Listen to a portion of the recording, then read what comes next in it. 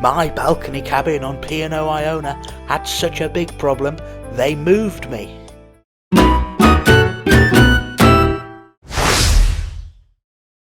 I'm back on board P&O Iona, and once again I have a cabin down on deck 5.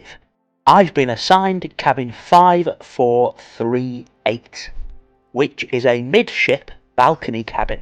Arriving at the cabin, I found my room key outside waiting for me. My first impression was that the cabin seemed quite dark compared to other balcony cabins. I'll tell you about the big problem I had in a minute, but first, let's have a look around and see what it has to offer. The room has a large, comfortable bed. This cabin is laid out with the bed by the wardrobe space, but I found there was just enough room to get in and access the wardrobe and the bed. Either side of the bed there's a bedside light with a USB port in the bottom, and on the right hand side there's also a UK main socket. This is actually a 4-berth cabin. The sofa converts into a bed, and an additional bed drops down from the ceiling. Although I'm staying in the cabin alone, so didn't need to use these. In the wardrobe beside the bed, there's both hanging space and some shelves, where you'll find a laundry bag and a hairdryer too.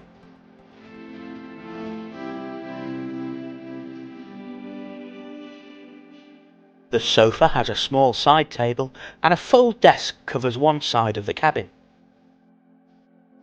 This is where you'll find most of the cabin's plug sockets and, most importantly, the tea and coffee facilities. The tea, coffee and biscuits are all free of charge and replenished daily by your cabin steward. Underneath the desk you'll find a small mini fridge that's empty for you to use, and some further cupboard space. These are quite shallow though. This cabin also had a new bin where you could separate your own recycling. You'll also find menus for room service, breakfast and information about the spa. There's also an in-cabin phone where it's free to phone other cabins.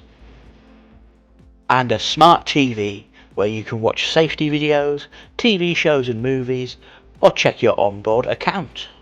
There's even a map of the ship's current position.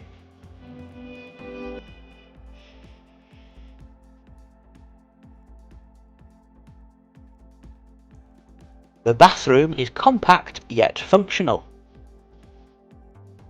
It has a powerful shower, toilet and sink, and some nice smelling White Company shampoo, body wash and hand wash. There are towel rails with fresh towels and plenty of hooks around the bathroom.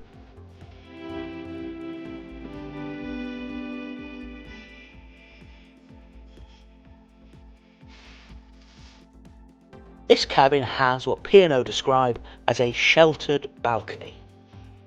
This means the balcony is cut into the side of the lower part of the ship. It still has 2 chairs and a small table though. And at times it has a good view from the balcony, being low down and close to the water. The lifeboats are visible but don't much obstruct the view. However, being so low down on the ship, any time the ship is docked on the port side, any buildings or machinery on the dock will block your view and restrict any privacy you'd have on your balcony. This was a particular shame during my cruise, as we ended up staying overnight in port, so I had no view for the evening and these floodlights were shining in my cabin through the night. However, the main problem with this cabin, and the reason P&O eventually moved me to a new cabin, is the noise. The cabin is located directly beneath Vista's coffee shop, and every time coffee is made, they bang loudly. This banging started early in the morning and went on till late at night. It could be heard clearly in the cabin.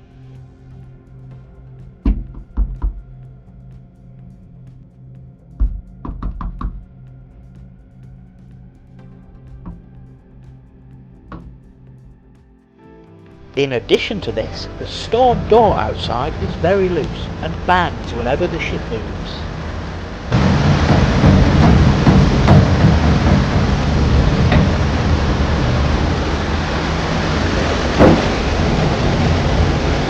It was this combination of constant bang through day and night that led P&O to move me to a different cabin.